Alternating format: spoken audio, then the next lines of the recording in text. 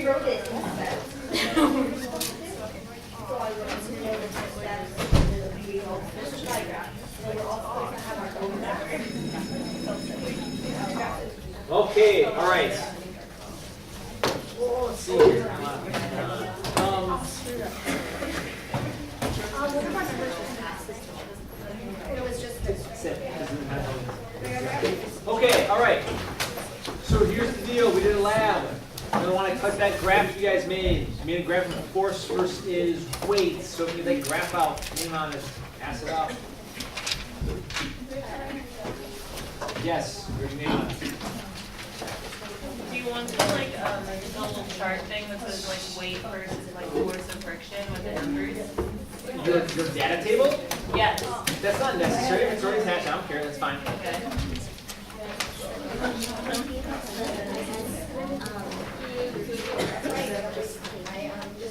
I just want to wait. What's that? I'm talking. I usually run it in a different way. The lab procedure. I want the graph. That's what I want.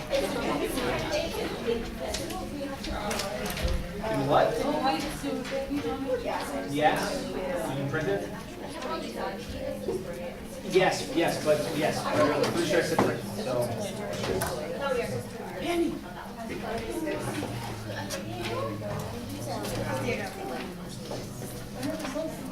I told you.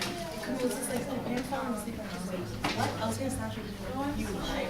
You told me you were gonna say it. Okay. All right. So. Pass them up. Pass them up. Just do the graph. That's all I'm interested in the graph.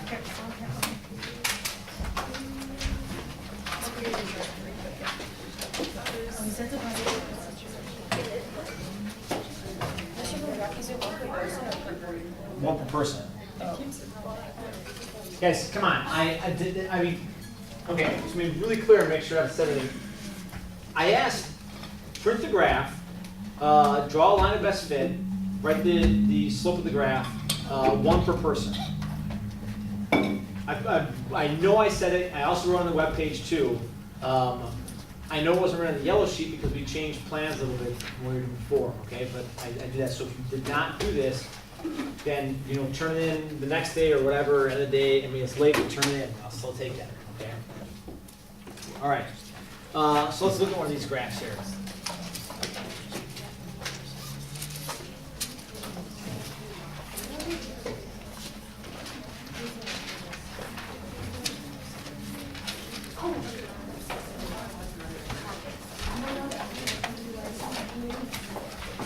Okay, so here's your graph, or here's a graph for you.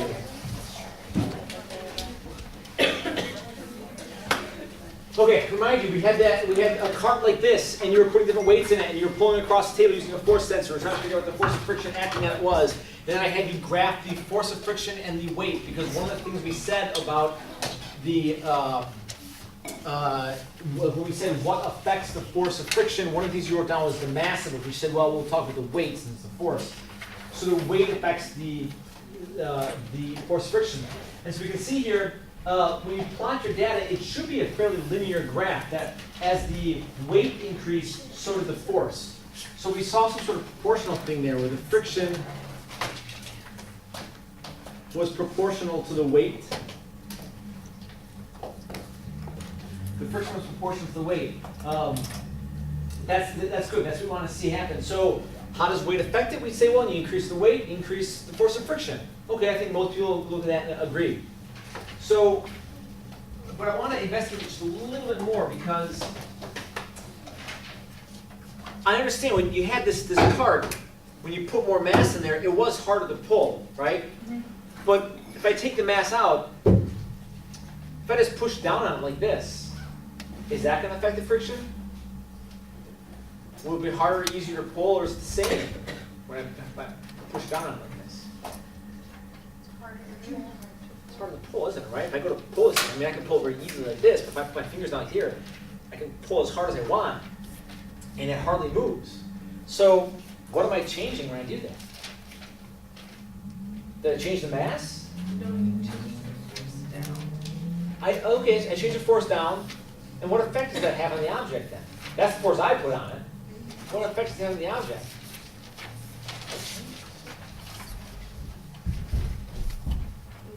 Does increase the mass. Doesn't increase the mass is the same. The opposing force of friction increased, so it's harder to move it because of The friction. opposing force of friction. Friction definitely did increase, right? Okay, we did a problem like this. We had a mystery box, right? That one problem, we had a mystery box, and we did a couple different scenarios where we just had it sitting here and we pushed down on it and we pulled up on it. What was the point of that problem? What did we do? Okay, flip to your notes, find that problem. We did a whole problem with a mystery box. Whole problem with the mystery box. And we did different things. We pushed down in the box, we pulled up in the box. What was the point of that problem? What were you trying to do with that problem?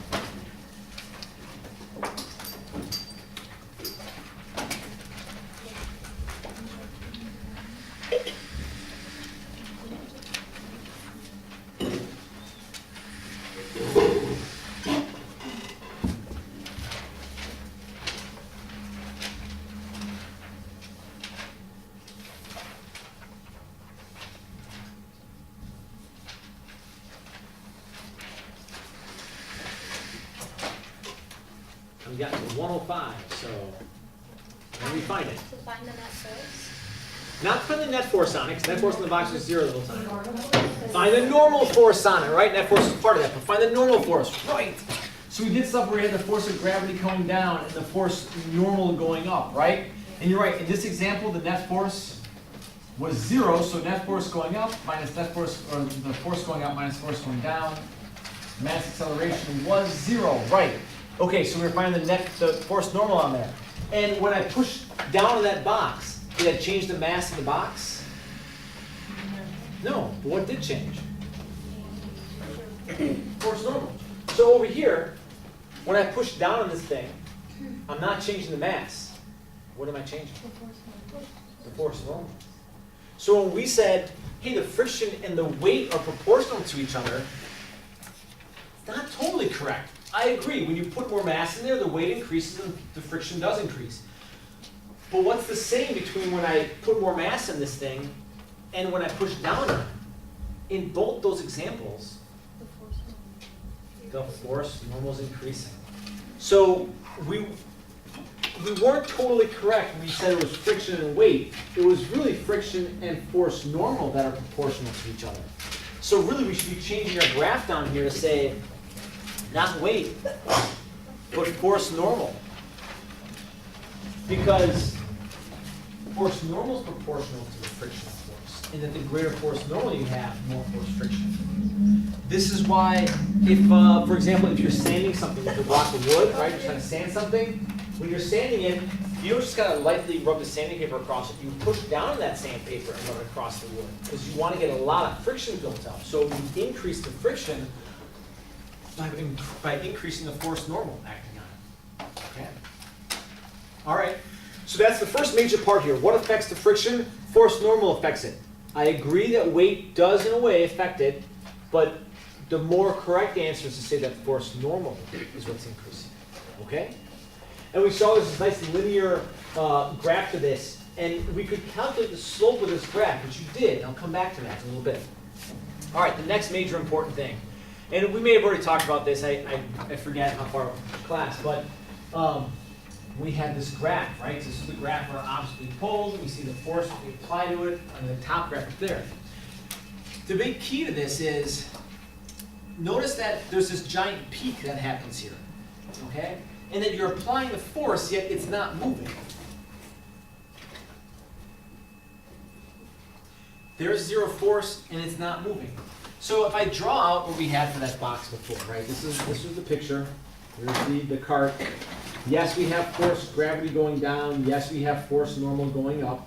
But then we had on one side of it your force pull, or apply if you want, and then resisting you was the force of friction. Okay, so when I pulled this thing, or how about this, when I wasn't pulling it at all? When I wasn't pulling it at all, what's the force of friction acting on it? 0, right? When I'm not pulling it, friction must be 0. Okay? All right. Now, I pulled it with 1 Newton. 1 Newton. Is it moving? No. Wasn't moving, right? All right, so let me write out a net force equation for this scenario here. The net force in the x direction would be force pull minus the force of friction. That equals my mass times my acceleration. All right, so it's established now. If I don't put any force on it, then there's no friction acting on it. And this whole thing equals 0, so it's not accelerating. Okay. If I apply 1 Newton to it, it's not moving, right? So what's the force of friction acting on it? 1 Newton. Makes sense, right? 1 minus 1 is 0. Works. What if I apply 2 Newtons to it? 2 Newtons, it's still not moving, which means that it must have had 2 Newtons of friction acting on it. Let's go with 4 Newtons. When I apply 4 Newtons to it, still not moving, right? So what is the friction fighting me with? The same amount. The same amount, 4 Newtons, right? What if I apply 6 Newtons of force to it? I pull a 6 Newton on this thing. 6 Newtons is right here. It's not moving. So if this equals 0 still, then it's fighting me with 6 Newtons. Is it strange that the friction is increasing? In that no matter what I pull with, it's resisting me? That's what friction does. We call this static friction because it's when an object is not moving. This is the static friction. Static is when things aren't moving, it's stationary. So static friction is when objects are not moving and the friction is fighting to keep it that way. It doesn't want things to move. So this is resisting me. As much as I pull it, it's resisting and pulling the opposite end of that object. Now this is not Newton's third law, it's not what it is because it's acting on the same object. This is me pulling the object and friction trying to resist the object from moving. Static friction. But we can move things. I just have to pull even harder. So now I pull with, let's see here. I pull with about 7 Newtons. Once I hit 7 Newtons, then it starts to move, right? So once I pull it with 7 Newtons, it starts to kind of give and starts to slide. And then as soon as it was sliding, it was moving. And now, remember, we only wanted to have it, so here, at this point, this was not moving.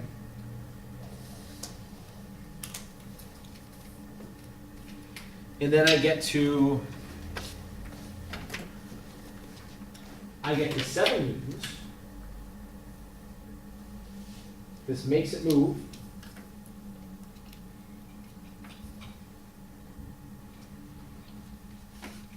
And now we wanted to make sure it had no acceleration, right? So now while moving,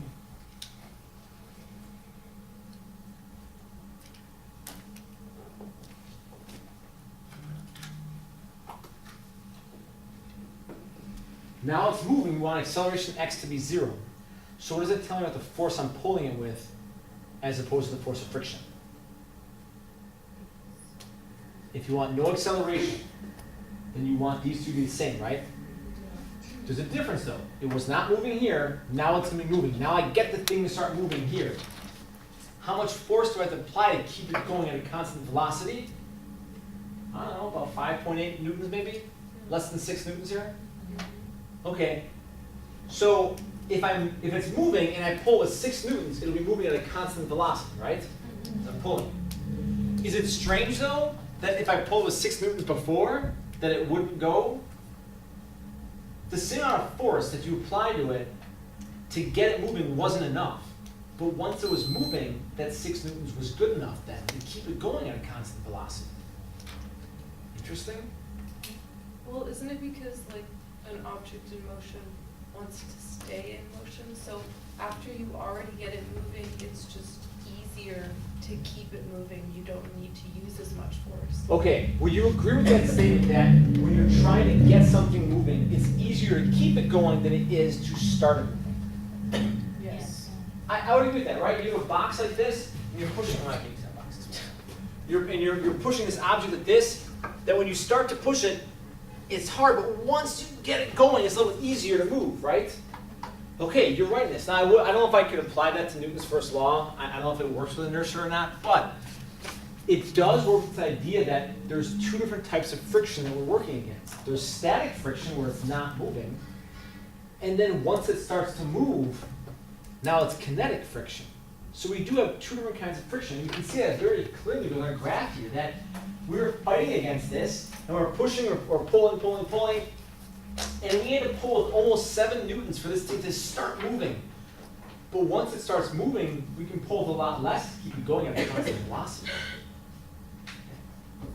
So once we start pulling it less, we're at about we'll guess, about 6 newtons here.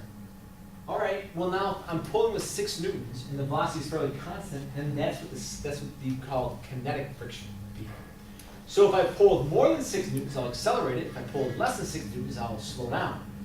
So on this graph, this part here, this is where I was fighting static friction. Static friction is the friction that resists you from moving.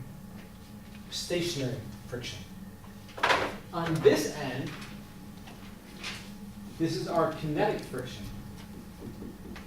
Kinetic, meaning moving.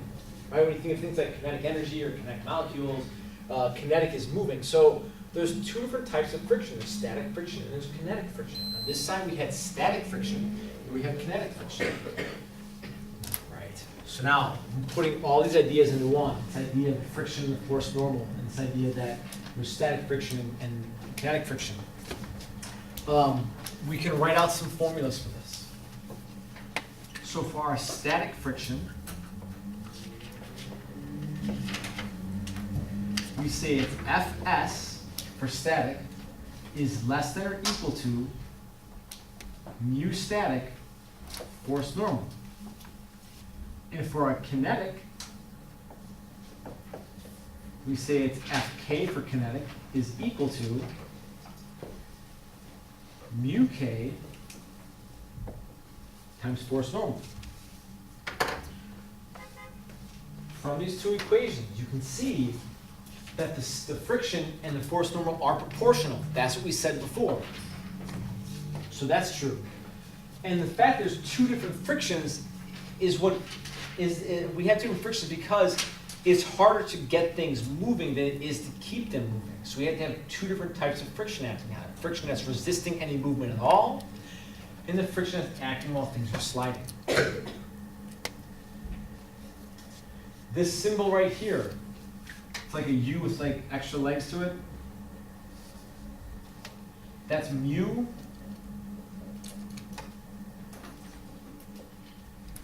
It's our coefficient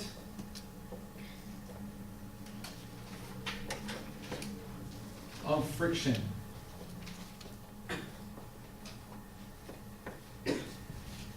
That is what accounts for the different surfaces. And that we had all those different surfaces up here, right? We had cork, we had felt, we had plastic. And all of your graphs had different slopes to them. When we were finding out the slope of this kind of graph, when we were finding the slope to this thing, the slope would be the y over the x, right? So in that example, our y is the friction force, and our x is the force normal. The ratio of the kinetic friction to the force normal is what gives us that coefficient. It's just a number that we use to describe how much friction a surface is going to create.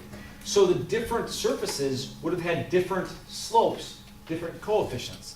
Now, technically, all of your slopes should have been the same. So everyone who did felt should have gotten the exact same slope of 0.198 for their graphs. You may not have, and there'll be some slight differences in it, but that's for those surfaces.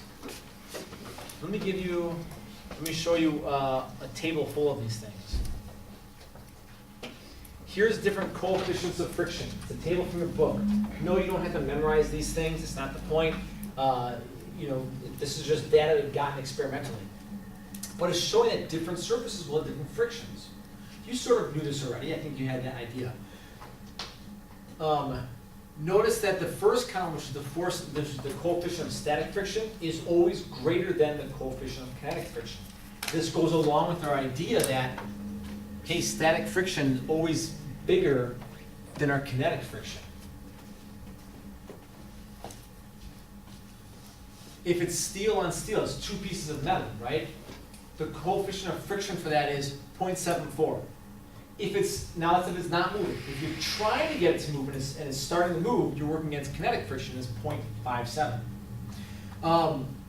Let's see, rubber on cement. This is like if you have a tire or your shoes on cement.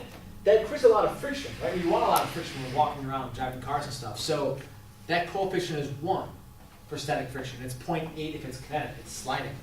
But if we get to things like waxed wood and wet snow, like skis, the coefficient of static friction is 0.14, the kinetic is 0.1. Your joints, you don't want a lot of friction in your joints, that'd be very painful. So our joints have a coefficient of static friction of 0.01 and kinetic of 0.003. The larger the coefficient, the more friction that surface creates. Okay. So there are the big factors that affect how much friction. Number 1, force normal. Number 2, the surface. And they're both accounted for in these equations. Force normal, right? Again, typically as you increase the weight of an object, force normal is going to increase. And then coefficient of friction. That is determined by whatever surface you're working with. All right, I think we got that part. Let's go back to some of these definitions here and stuff. This definition, it's in your book, so hopefully you've already written down a definition like this. If not, you're writing the page number down so you can copy it later. But the actual definition for static friction, page 136, the force that resists the initiation of sliding motion between two surfaces that are in contact and at rest. When you're trying to get an object to move, you're fighting against static friction.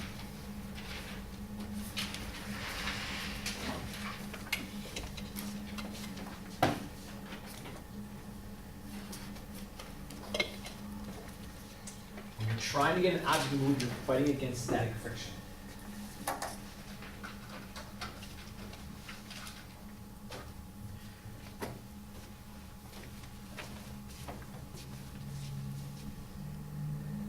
You'll notice this, the signs here are different. This is a less than or equal to sign. This is an equal sign. Static friction can change. And we saw that when I was asking you before, well, if I push with 1 Newton, what is friction resisting me with? 1 Newton. When I go to move that container and I put a force of 1 Newton on it, and it's not moving, that's because of static friction. Static friction is trying to resist things from moving. So it's going to pull 1 Newton, it'll stop. If I pull 5 Newtons, it's going to pull 5 Newtons. If I pull 6 Newtons, it's going to pull 6 Newtons. So it continues to match whatever I'm doing, but it has a limit. There's only a maximum amount that static friction can have. Think of it this way. If your friction, okay, so your static friction, your number 1 goal is to stop things from moving. Prevent them from moving, right? So if I go to push this object, your static friction, you're going to resist that. I push with 5 Newtons, you'll push with 5 Newtons. I push with 8 Newtons, you'll push with 8 Newtons. You're trying to resist, but you have a maximum value of whatever your static friction can be. When we were doing the lab experiment, from the data I had, it looks like 7 Newtons was the maximum static friction could push with, okay? That's what this value would be. This is the maximum that static friction can have. So for our lab, this would have been 7 Newtons. So why do we have this less than or equal to sign? Because the force of static friction doesn't need to push with all 7 Newtons. It can go up to that amount. So if this is your maximum, 7 Newtons, and I push with 5 Newtons, what are you going to push with? 5 Newtons. If I push with 5, you're going to resist with 5, right? Even though your maximum is 7, you're going to push with 5, because I'm pushing with 5. So you're going to match whatever I'm doing. I push with 6, what are you going to push with? 6. Right. So that's why we have less than or equal to sign here, okay? Now, what happens when I push more than 7, more than your maximum can go? When I do that, it starts to move. And once it's moving, now we're working against kinetic friction. Again, definition from the book, page 137. The force that opposes the movement of two surfaces that are in contact and are sliding over each other. The sliding part is important. If an object is moving, it's sliding along the ground, it's working against kinetic friction. If it is stationary and not moving yet, it is working against static friction. So that's usually my first question. Is an object moving? If it's moving, kinetic friction. If it's not moving, static friction.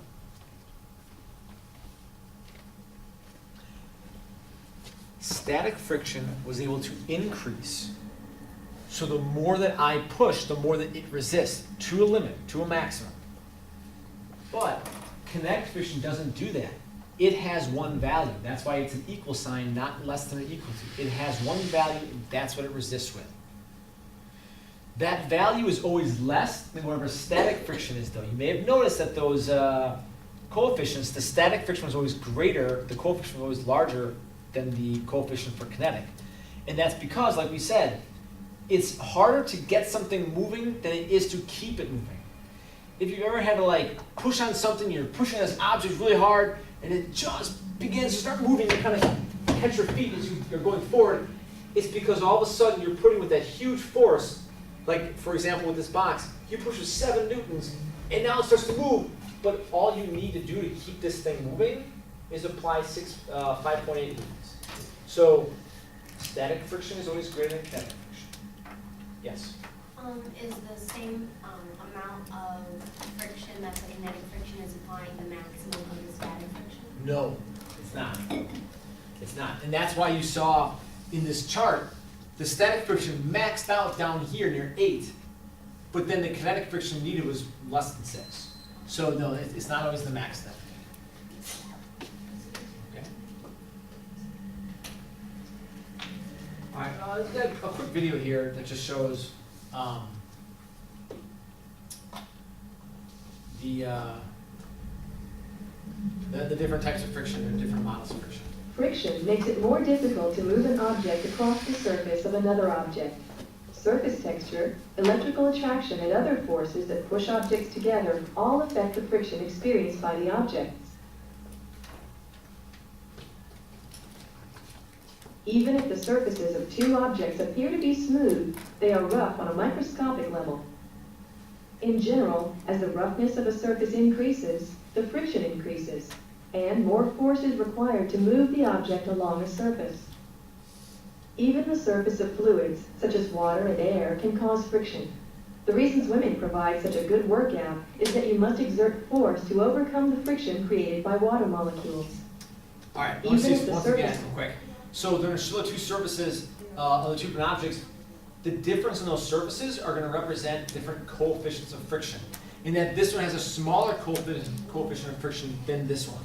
And they do say that in general, the more rough the surface is, the more friction. But that does go to an extreme. I tried to bring up the idea of like walking with cleats on a surface like this, and those cleats don't provide you much friction. That's because that's a very extreme version of this. But again, typically for the most part, the more friction, the more rough the surface is, the more friction. Wait, is that why swimmers shave? Well, wait, I don't understand. What do you mean? Is that why? Like in the Olympics, they always like shave all of their body. Okay, all right. That's what I thought you were trying to get to. Okay, so yeah, because when you're going through water, we consider air and water to be both fluids, even though I know it's not a liquid. It's not what I mean, fluid. In that, just like we make cars really seamline, very smooth, to have less air resistance, swimmers who do that in water have less water resistance.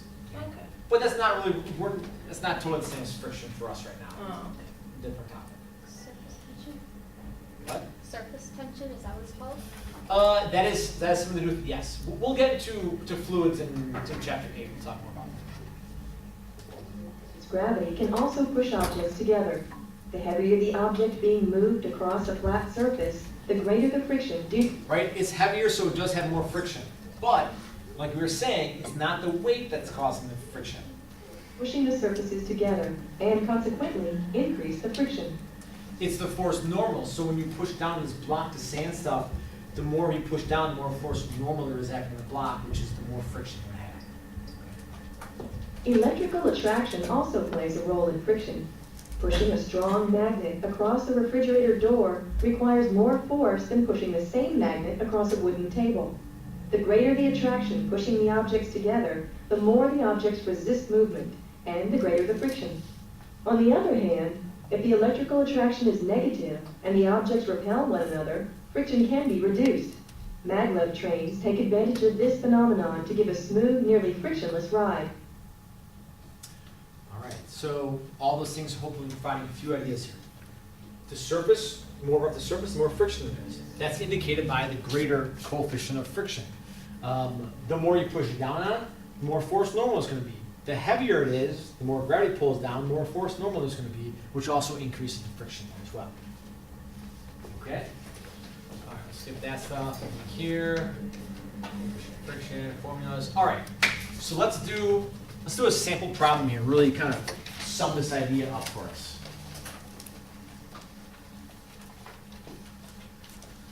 All right, so let's see here. We're going to say we have a box.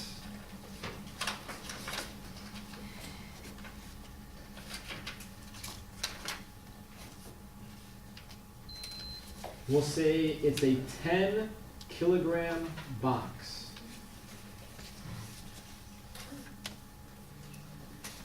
And let's say that this is a box, I don't know, let's see. Let's say it's aluminum on steel. So it's a metal box and a steel track that we're pushing. So we say that the mu static is going to be 0.61 and mu kinetic is 0.47.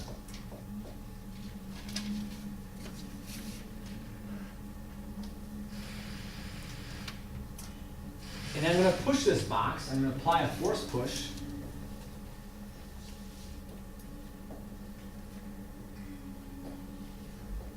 Of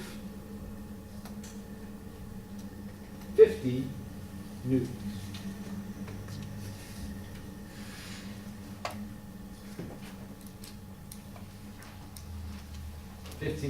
Okay?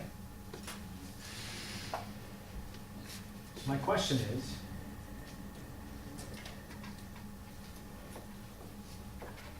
what is the force of friction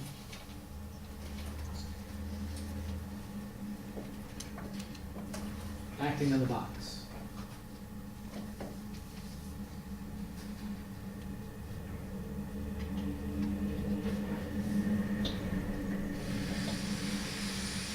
Okay? That's my question. What's the force of friction acting on the box?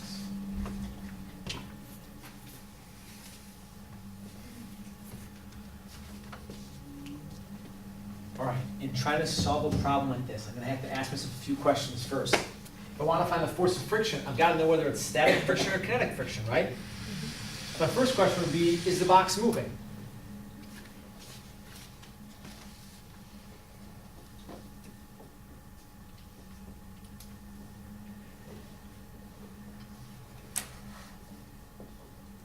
Is the box moving, right? That's my first question. Is the box moving? So, is it moving?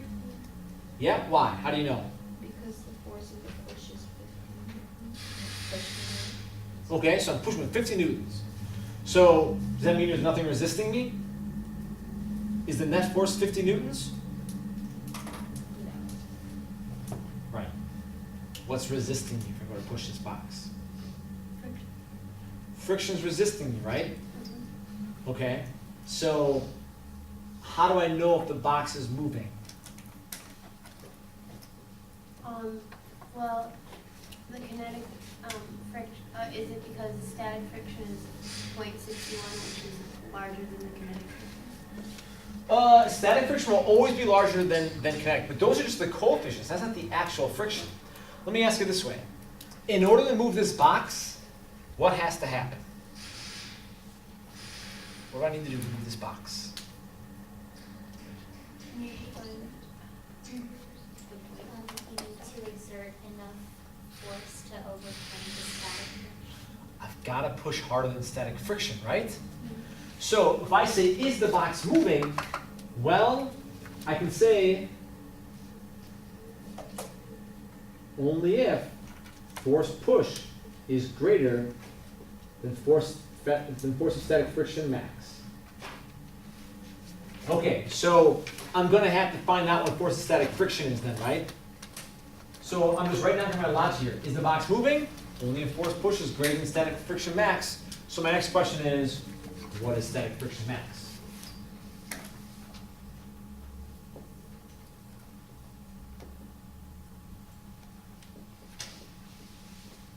Okay, so let's start over here with our math. We'll do all our math over here. I want to find out what static friction is, right? So my formula for it looks like this.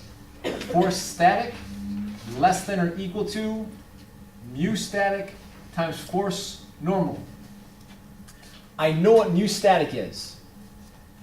What's force normal? Right? That's the missing piece. How can I find force normal? What is it?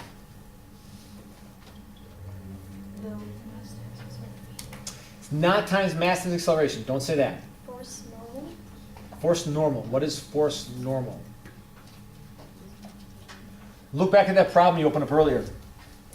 How did we find force normal back then? Do you multiply the kilograms by 9.81? Is it mass times gravity? You can't say that. Please don't say that right away. That might be true, might not be true. That's a huge, huge mistake I see students make every year is they say, oh, force normal, m times g. I don't know that for sure. Sorry, I just want to make sure this because I see it all the time. You're right, but it might not always be right. For, you say not always gravity times?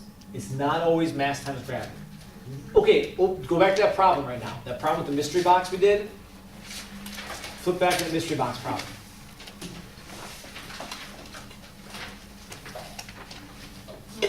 When it was just the mystery box on the table, what was the force normal? The same weight as, It was the same as weight, right? It was mass times gravity. So if it was just sitting there, it was mass times gravity, right?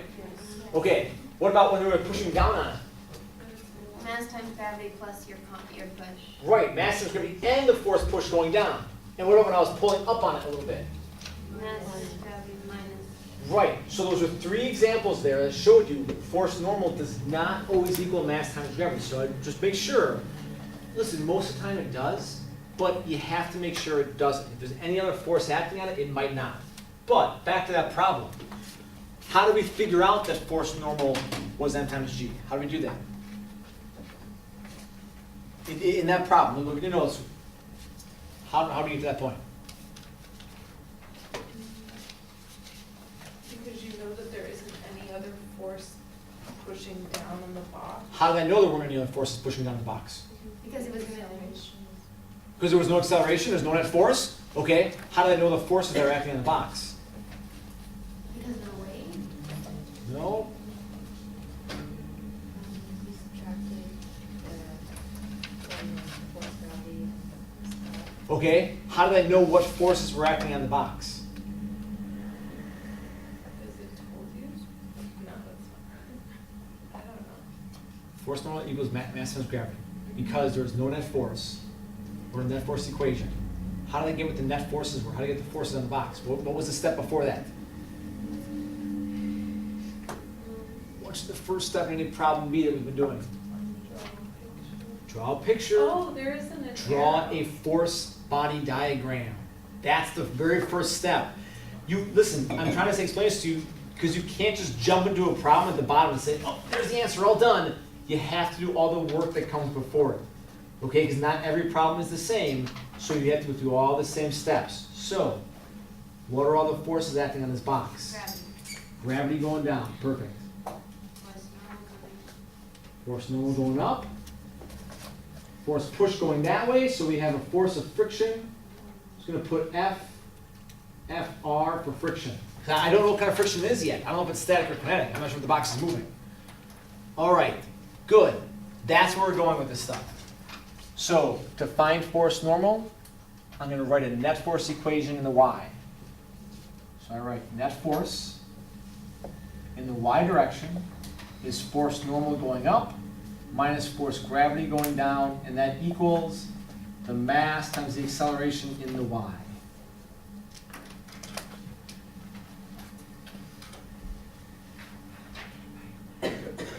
Is the box accelerating in the y direction? That's up and down. I don't think so, right? You're pushing on it horizontally. I don't think that's going to cause the box to go jumping up into the air, right? So this whole thing should equal 0. So force normal minus force gravity should equal 0, which means that force normal Is equal to force. is equal to force gravity. And so force normal, Sarah, equals? Equals, Gravity times mass. Yes. So you were right. It does equal mass times gravity, but here's my issue. It doesn't always do that. We've done a couple examples now where we're pushing down the box, pulling up in the box, box at an angle, box accelerating up or down. That could change whether force normal equals mass times gravity. Most of the time it does, but not always. There you go. We know what force normal is. Great. So we plug that back into there. So I'd say force of static friction is less than or equal to mu static. Instead of force normal, I put in mass times gravity. So let's see, this was 0.61 times 10 kilograms times 9.8 meters per second squared.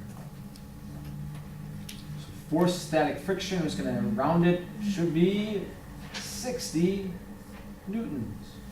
Less than or equal to 60 newtons. All right, good. Got it. Okay? Question? Oh, so it's not moving? How do you know it's not moving? Because the force push is only 50 newtons, and that's less than the static friction, so it's not moving. Right.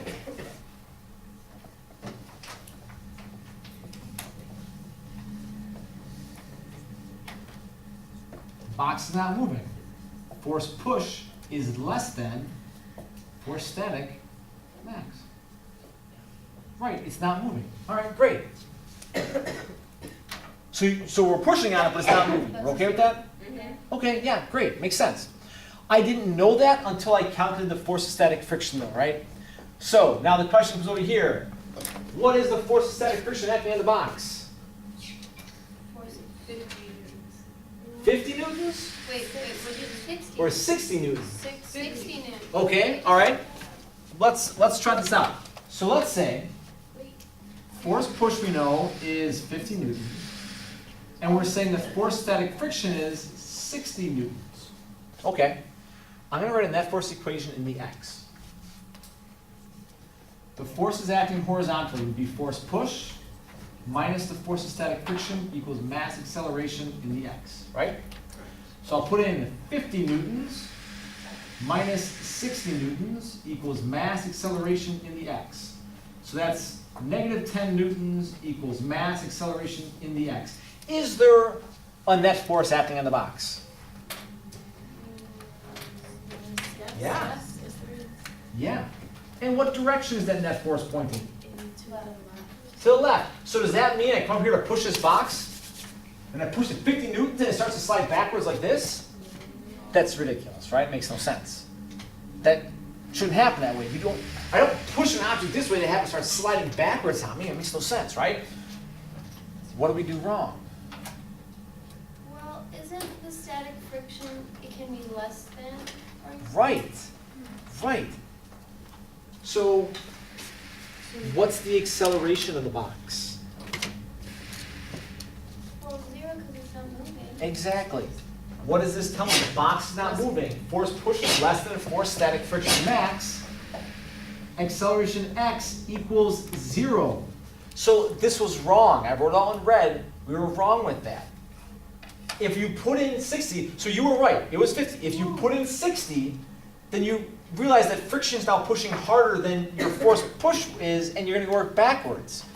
When really, I should have written it like this. I should have said the net force in the x. Now listen, if you wrote this down, that's great. Write it down, circle it, write down why it's wrong. I'll give you a chance. I'll write this up in blue. A chance to write down here why this is wrong. Net force in the x, force push minus the force of static friction equals mass acceleration x. And we're saying that things should equal 0, right? Because it's not moving. So force push minus force static equals 0. The push force must equal the static friction force, which we know is 50 newtons. Think back to what I was saying before. I said your static friction, and your job is to make sure this thing does not move. And you can push with 60 newtons. I push with 10. What do you push with? 10.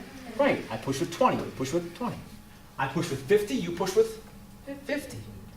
So that's static friction. It can go up to this maximum, but not pass it. But it doesn't mean it has to be that much.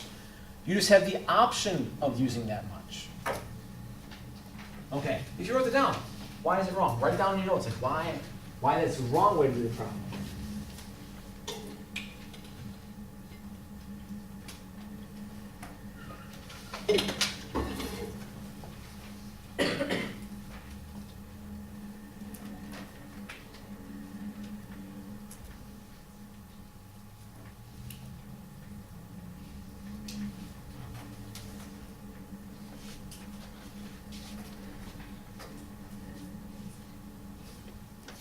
Wait, so Yes. with one of these problems, if they didn't tell you whether or not it was moving, you would always do the static friction first? I'd have to check, right. Yeah. Yeah, if it doesn't tell me it's moving, if you say you apply a force, that doesn't mean it's moving. How many times have I said I'll apply a force and I push a wall, the wall doesn't move? But a lot of times. So just because you're applying force doesn't mean it's moving. You have to be applying forces greater than the static friction force. Okay? Yes? The reason why the original equation is wrong, it's in the negative, and like you're applying force. The reason why it's wrong is that we said this. Static friction equals the max, and it doesn't. We should have said, no, wait. Because we know the box isn't moving, then the acceleration must be 0. And if these are the only two forces acting on it, they must cancel out. Okay? All right? So now my question would be, how hard should you push if you want to get this thing to move? 7 newtons. 70 newtons. That you could push with 70 newtons. What's the minimum force I should push to get it moving? 60. Okay, so here's the deal. Whenever something says, what's the minimum force needed to get this thing moving, they're asking for what is the maximum static friction. Technically, you'd say, well, you should push it 60.000000001.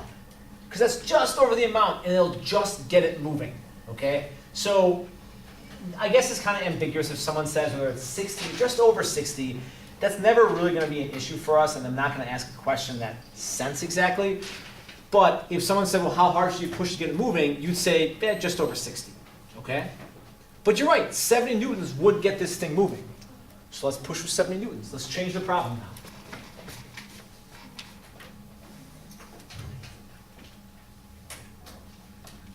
So we're going to push with 70 newtons. Now it's going to start moving, right? Okay. Now my question is going to be, if I push with 70 newtons, what is the force of friction acting on it? And then B, what's the acceleration?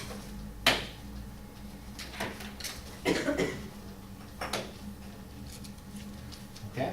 So I'm changing the problem a little bit. Now we're pushing with 70 newtons, and I want to know how fast it's accelerating.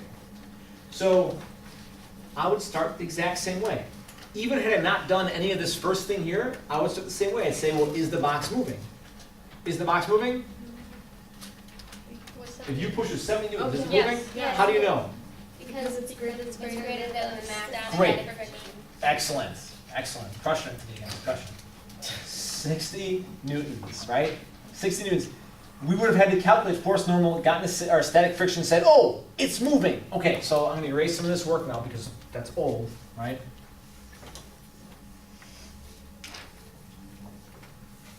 And now I'm going to write that the box is moving.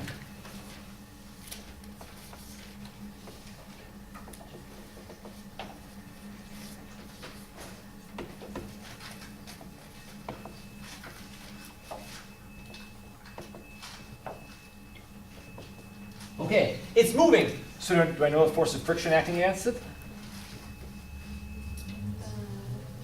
What kind of friction is working against the box now? Kinetic friction. Great, kinetic. This number is useless to me now. I don't need that anymore. It's not working against static friction. So, box is moving, But we so use force K. But we still needed to figure out that the box is moving. Right, I needed it to know the box is moving. Now that I know it's moving, I don't need it anymore. It did its job. I'm over static friction, let's go on to kinetic friction. So I've got to calculate kinetic friction, right? So the force of kinetic friction equals mu K, force normal. Fortunately, I have force normal already. It's not going to change just because the box is moving, force normal doesn't change. It's still m times g, so we can use the same thing. So the work we did here isn't going to waste. We can still use it. So I got force normal. So this is mu K times mass times gravity. So 0.47 times 10 kilograms, 9.8.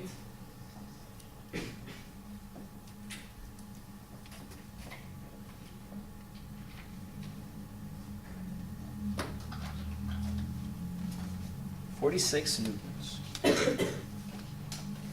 About. It's an estimate.